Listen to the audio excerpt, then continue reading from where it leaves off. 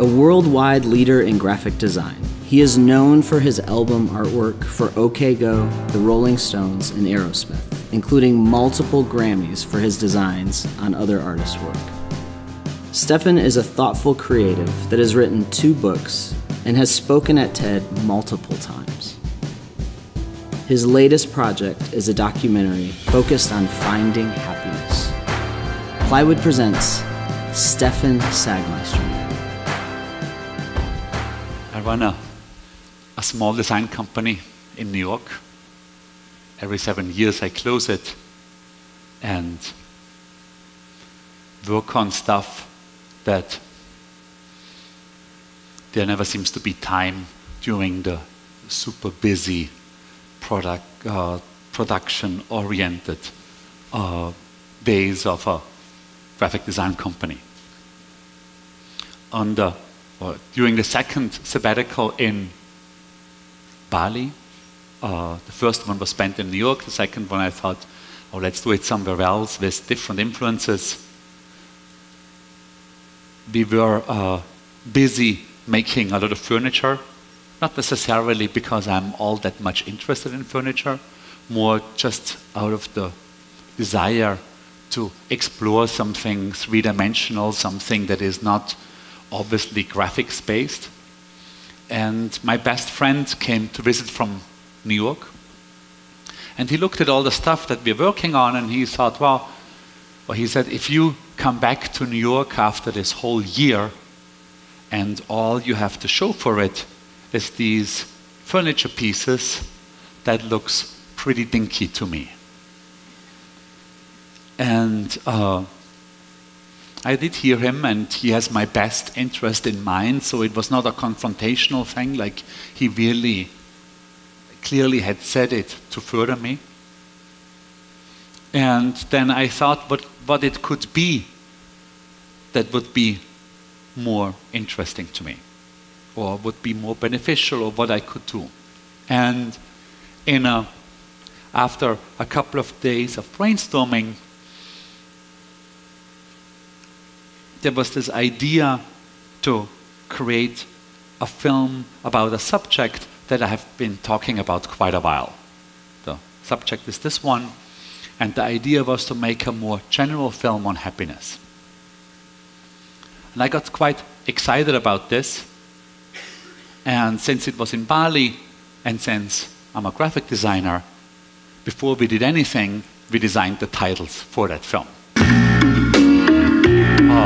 Since a neighbor of mine had pigs, we just asked these pigs to design the titles. They looked a little bit too colorful, maybe too dinky, but since there was a monkey forest 5 minutes by scooter away from the Bali studio, we taught all these monkeys to lay 3 separate words properly. And you see, I mean, you know, the guys are monkeys, so like, you know, the tracking is off, the letter spacing is not correct.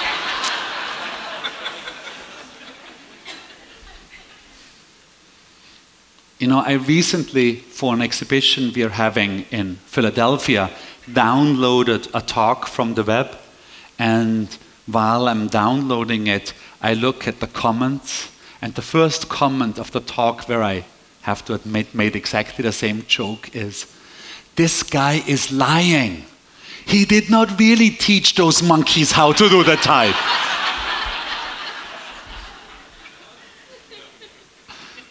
Really makes you, believe in people.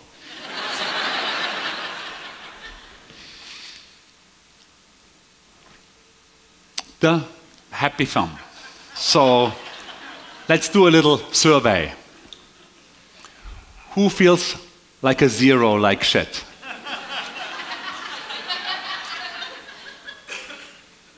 Absolutely nobody. Who is a 2 feels pretty bad? 4, who is bored? 1, 2, I'm only 2 minutes into the talk and I already have 2 bored people. Number 6, things are okay. Number 8, I feel good. That's clearly about 30%. And number 10, I love life. Wow, happy Atlanta.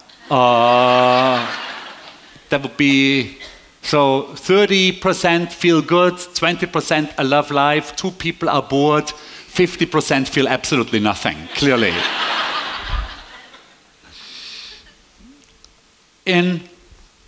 While still in Bali and getting ready to write a script, which I thought at the time I needed, I read about 3 dozen books, mostly in the world of positive psychology, on happiness. I'll distill them for you here in 1 minute. There is no difference in happiness gender-based. Men are as happy as women and vice versa. Climate plays no role. People in the shittiest city climate-wise in the United States, Buffalo, New York, are just as happy as in the sunniest city in San Diego, California. Income plays basically no difference once you make 50,000. Actually, that's revised now. The newest Gallup research shows it's actually $70,000.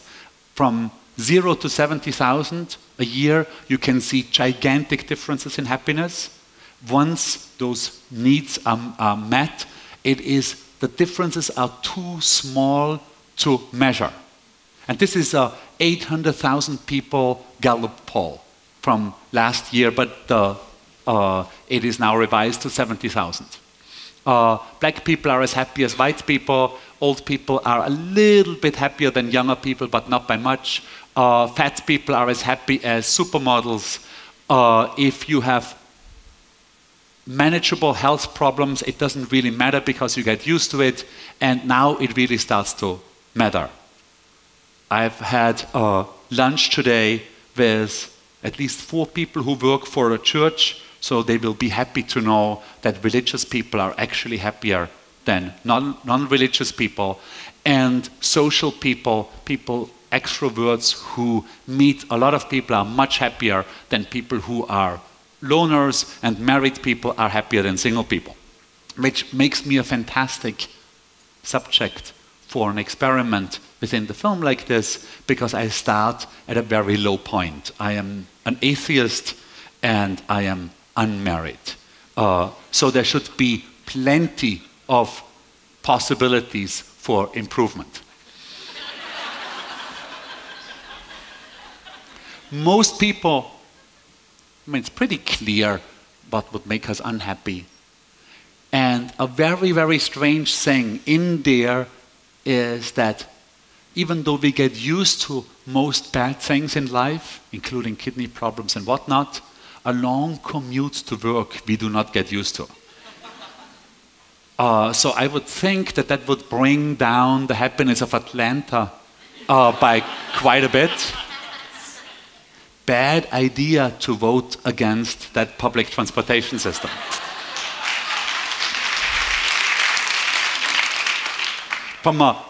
And I'm not joking, from a happiness standpoint, absolutely bad idea. But I also think it's a bad idea, but it's a different subject, to have a public vote on that. But that we could talk some other time. Very quickly about, clearly, crime would be a big deal when it comes to happiness.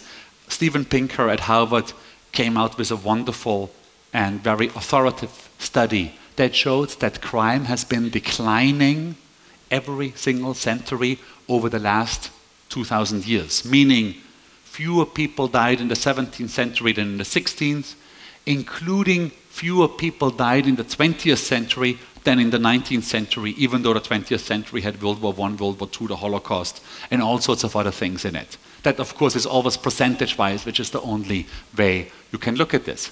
If you look at the Hulis, a very colorful tribe in Papua New Guinea, in the world of tribes, somewhere in the middle as far as violence is concerned.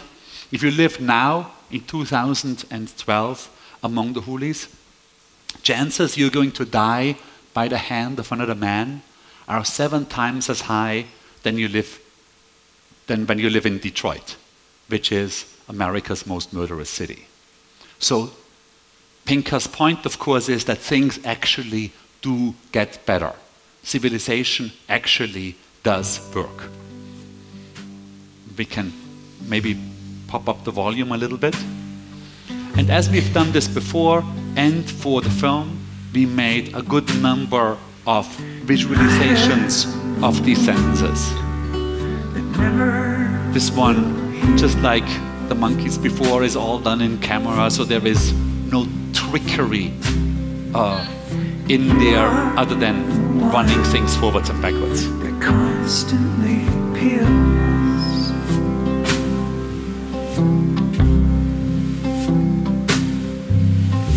The skin away each and every day.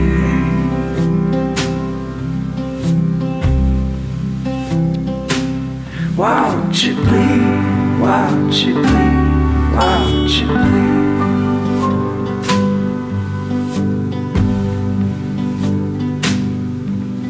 But I had a way of seeing these things.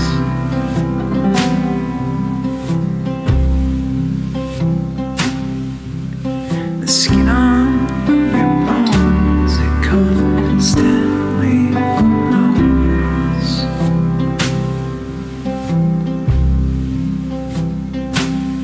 Pull it away, pull it away, pull it away.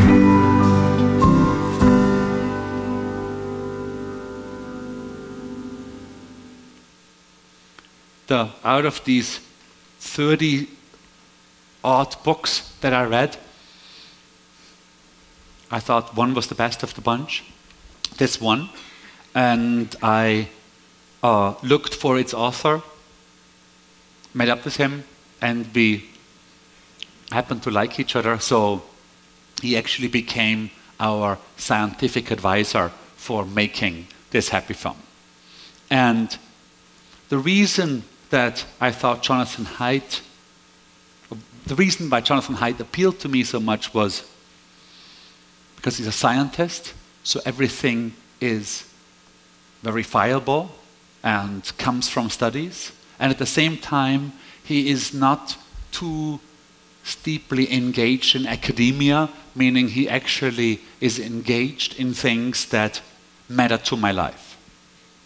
While many other, I mean this very straightforwardly, like so much of scientific psychology, is dealing with disproving a tiny clip of a theory that somebody else has proven a couple of years earlier, but really is completely removed from what really is concerning me.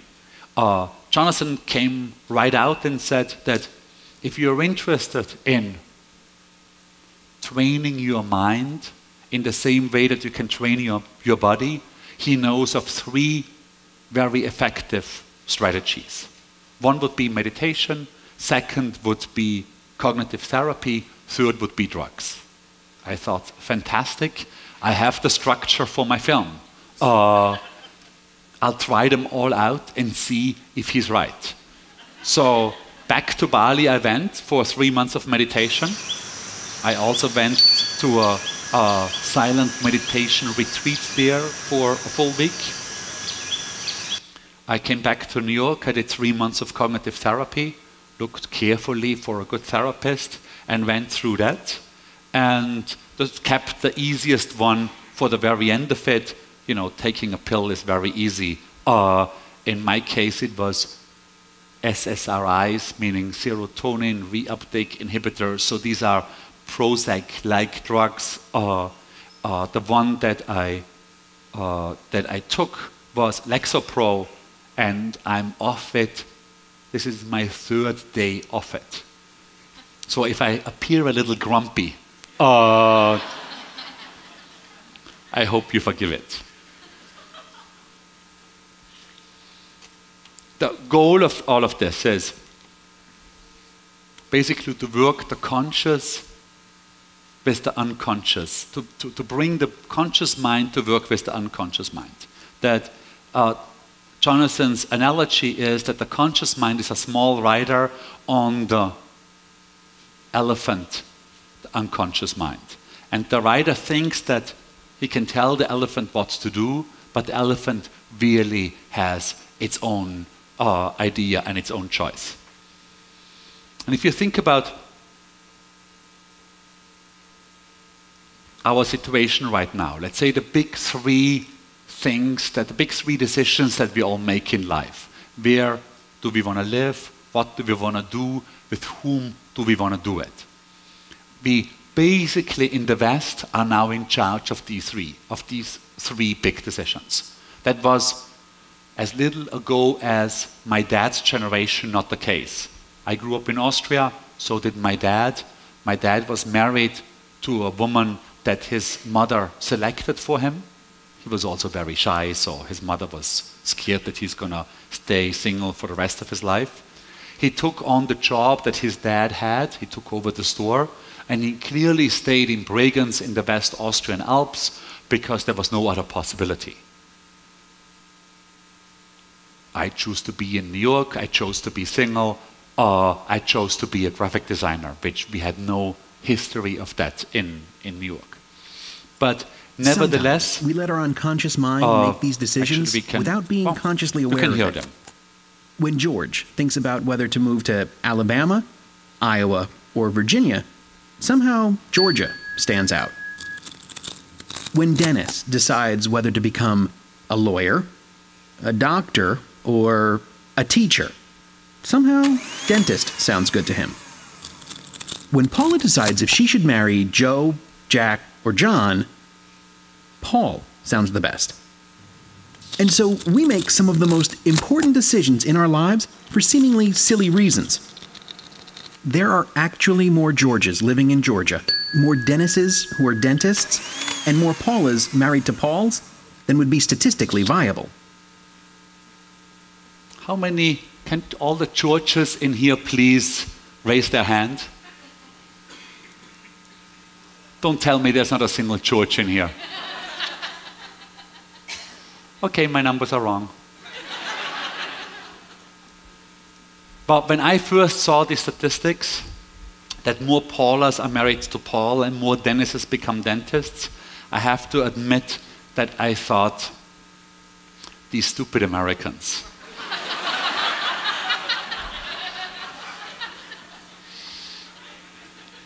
They get influenced by things that don't matter in ways that are clearly inconsequential. And I looked at my own family. This is my mom, Carolina, marrying my dad, Carl. My grandmother, Josephine, marrying my granddad, Joseph.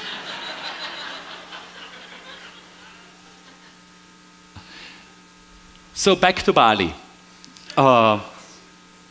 Second sabbatical. When we first arrived there, it was clear that there's going to be a lot of dogs surrounding the house, these wild dogs. So they were influential to this already mentioned desire to design some furniture for the studio that was renovated while I was gone.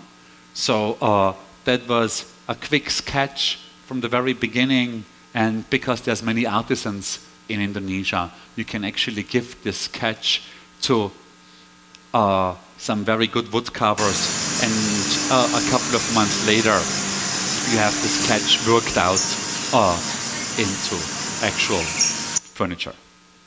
Or by that point we had made peace with the dogs. A coffee table that includes a lot of compasses and espresso cups that have magnets hidden in them. And of course, I think there's a law out there that when a graphic designer does furniture, it has to be typographic furniture. So this is my little rattan chair. If I want to, of course, become happier as a designer, it would be fairly clear that I would need to do more of the stuff that I like to do and avoid stuff that I don't like to do. In order to do that, I need a list of things that I actually like to do. And here is my list. On the very top of it, not being stressed. So being able to think about something when I don't really have a deadline yet, and I can really think of it freely. We got a year because it came in to think about this, because it came in before the sabbatical and we only needed to have it after the sabbatical. It's a book on all the cultural activities of BMW, and it's not a very deep idea. It's just a book with a remote control so that it can drive around. Yeah, it's not very deeper than that. Doing things like what I'm doing right now, being in Atlanta, but we also sometimes look for clients in faraway places, like in this case, a department store in Lebanon that we rebranded and repackaged and then made the package out of made the brand out of the package.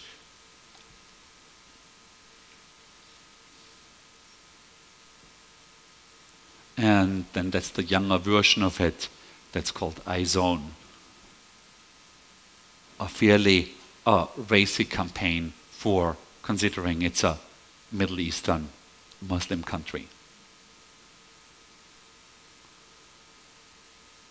One of the things that happens, of course, to all design professions is that while technology made us so much more efficient, it also became such a force in making the everyday life so much more boring, because all the tools are now available while sitting in front of a screen, you know, as opposed to having to silk screen, do lithography, do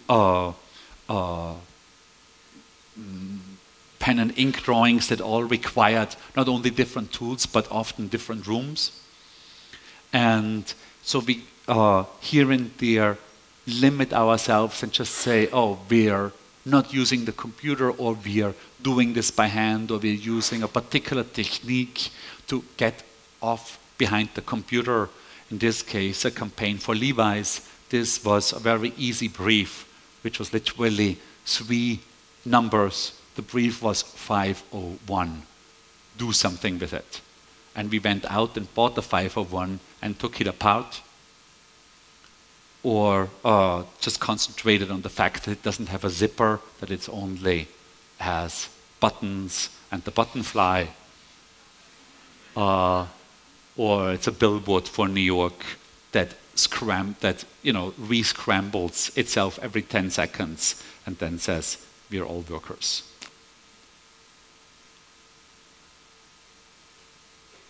Content, obviously, is very important. I don't have to tell you that. It's just a difference if I love the things that we are dealing with. And in this case, it's an organization that wants to double the education budget, move federal priorities away from the Pentagon and towards education. And for 5 years, I was pushing for this idea to double up the education budget, showing that by doubling up a school bus. And I think the client just gave up. Every meeting I said, how about that double school bus? And after 5 years, they just said, well, yeah, just do it. Still handles fine, was driven by volunteers throughout the United States, wound up on countless local TV stations, local news stations, where they always forced the anchor women to explain what the whole thing was about, and we got our cause on TV for free. Then just the joy of something coming back well, like this book for an artist, Ashley Bickerton. He's also a friend of mine, with a very elaborate teakwood slipcase with mother-of-pearl inlays. And we went for lunch just before that with 10 designers from this audience. And that seems to have been a fairly hot topic among the 10. Like, how do you stay a designer and not get bored with everything? And in my case, I get, if I keep doing the same things, I definitely get bored. But if I do things that I don't know, I get too anxious. I used to have a boss, Tibor Kalman, who loved doing things that he had no clue about. I think he was more adventurous than me. In my case, I'm somehow in the middle. Like, I like my jobs, my favorite jobs are the ones where I know 50% roughly, and I don't know the other 50%. And which was why we took on happily this job for a bank. Can a bank really stand for something? Because we could also learn something Can it balance its ambition from doing it for the with happy its zone. conscience? Because it was type-based. To do what it must, not what it can. As not everything in life that counts can be counted. Can it not only look at the profit it makes, but how it makes that profit? And stand beside people, not above them, where every solution depends on each person. Simply by doing good, can a bank, in fact, be great? In the many places we call home, our purpose remains the same. To be here for people, here for progress, here for the long run, here for good.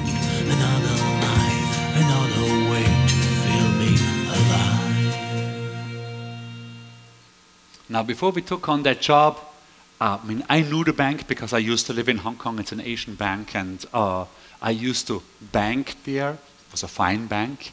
Before we took on the job, this was during the banking crisis. I made quite a bit of inquiries how good this bank really is and if those claims are actually true.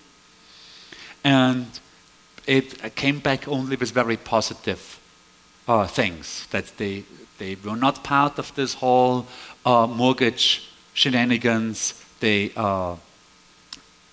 maybe not out of the goodness of their heart, mostly because they were so conservative, and that they were among the British banks, sort of like the good guys.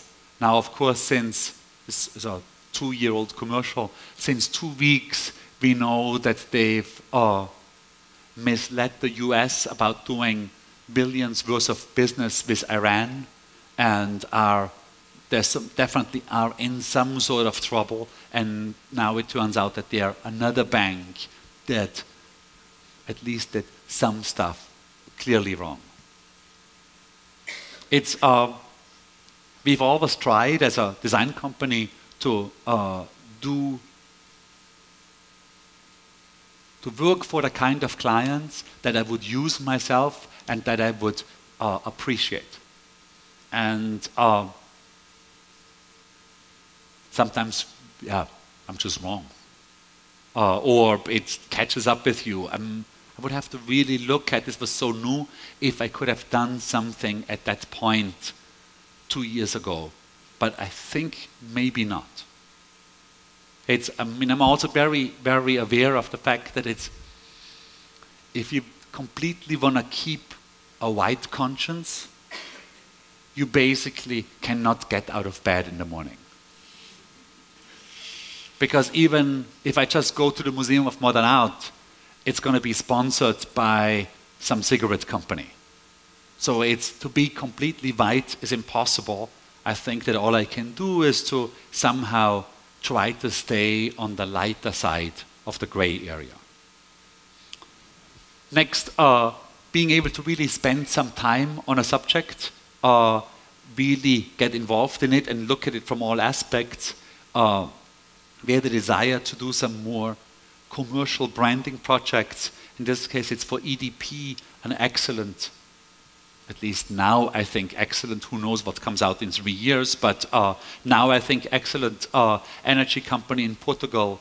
They do right now they are the largest energy company in Portugal, and right now they do 65% of the energy that they produce is renewable, which means that compares to Obama is trying to get 20% renewable energy by 2020. So they are way, way, way, way, way ahead of it, which was also the reason why we didn't have to be, basically every energy company that rebranded itself in the last 10 years has either a tree or a leaf or a green sun or is in some sort of way green. And we could convince this client that if you actually do all these things, you don't need to be. The logo can take on absolutely any shape possible so that you can actually talk in a language that is the logo. That's how it was introduced in ads and billboards. They have 12,000 employees, so they still need things like screensavers. And there's little iPad games that you can play with the logo. And of course there is a TV commercial that introduced the whole thing. That is a more elaborate animation, only dealing in the visual language of the logo. Yeah, you get the picture.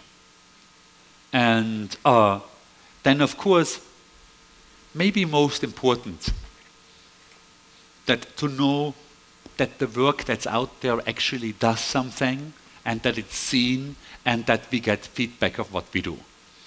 I mentioned as part of the film, we also do exhibitions. This one is still up right now at the Institute for Contemporary Art in Philadelphia, and it's going to go to Los Angeles next.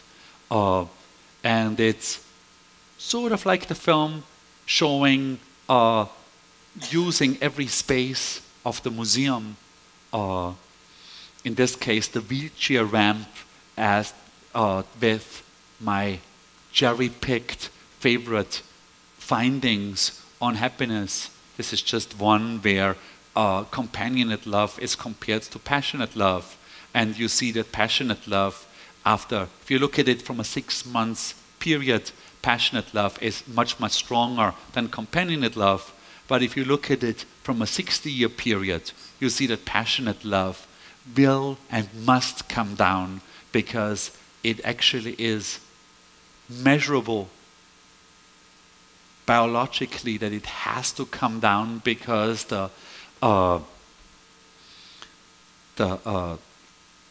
it would be extremely unhealthy to have these substances produced by passionate love for longer in the body, for longer than 6 months, while companionate love does go up. This is also Jonathan Haidt, and this is just some parts of the exhibitions. 25 cents to get in, rolls right out of the museum, and you can pick it up again.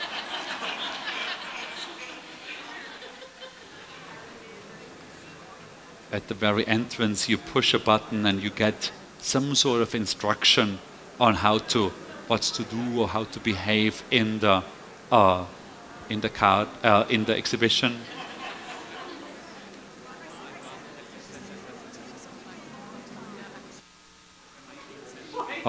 The same as I did in the beginning of this talk. These are 10 chewing gum machines, and you have a choice of where to get your chewing gum. So by the end of the exhibition, we know we can measure how the people actually how they fared throughout.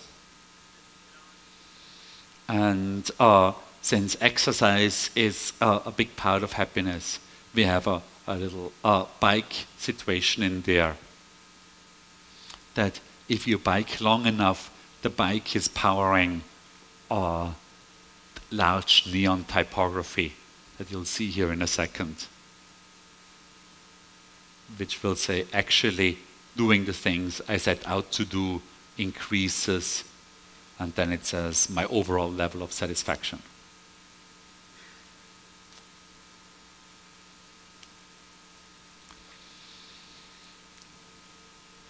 Please pick one card and remember it. Everybody has it? So if I have those, whatever it was, 8 rules, 8 things that make me happier, that I know, and I just do them, I'm pretty sure that it would probably increase my level somewhat. One of the difficulties in doing it, though, is that we are all incredibly bad in knowing what is good for us in the future. Hence, Atlanta voting against public transportation. But we're also bad at that individually. And Danny Gilbert from Harvard wrote a whole book about why that is so. Basically, it's a bit more complex, but basically, planning is in our frontal cortex. The frontal cortex is the newest, least experienced, most buggy part of the brain. The reptile part, the brainstem, is the oldest part, which is the reason why I'm so fantastic talking to you while at the same time transversing the stage without falling down or kicking the monitor. Because the brain is really, really good at doing this kind of repetitive thing, but when it comes to planning in the frontal cortex, it's not so good at it. Also, whenever we think about what we would like in the future, we only think about it from our current perspective, which is the reason why, a simple example, if you go hungry to the supermarket, you buy too much stuff, or with much more seriousness, why people who are depressed have such a difficult time snapping out of it, because they see the entire world from their, at that moment, depressed point of view and cannot imagine that they would view things differently if they're outside of that depressed place. We seem to think of it from our own present perspective. You still remember the card that you picked? I removed it. Not bad, graphic designer and magician. But since I'm not a magician, I can tell you how I did this. I exchanged all of the cards, not just the one that you picked. Chances are you didn't notice because you just concentrated on the card that you got. Let's do that test again. Who feels like shit now? Did I bring you down? Who feels pretty bad? Who is still bored? Or, I think I lost those 2 bored guys. Who thinks things are pretty much okay? Number 6. A couple of people. Who feels good? Number 8. About the same amount than before. Who loves life? Yeah! Slight increase. Well, I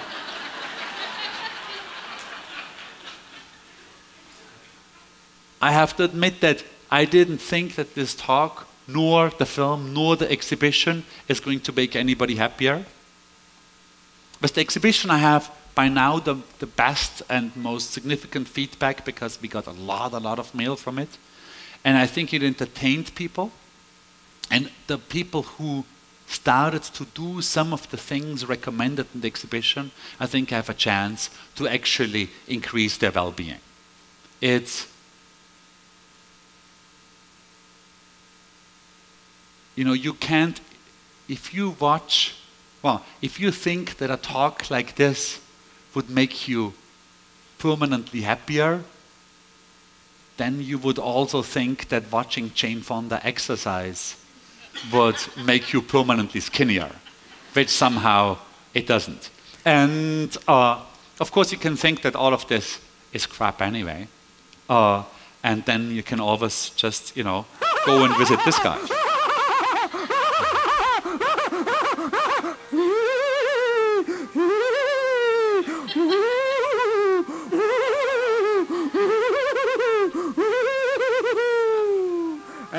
happy, I'm relaxed. I'm happy, I'm relaxed. I'm happy, I'm relaxed. Boo, boo, boo, boo, boo, boo. Thank you very much.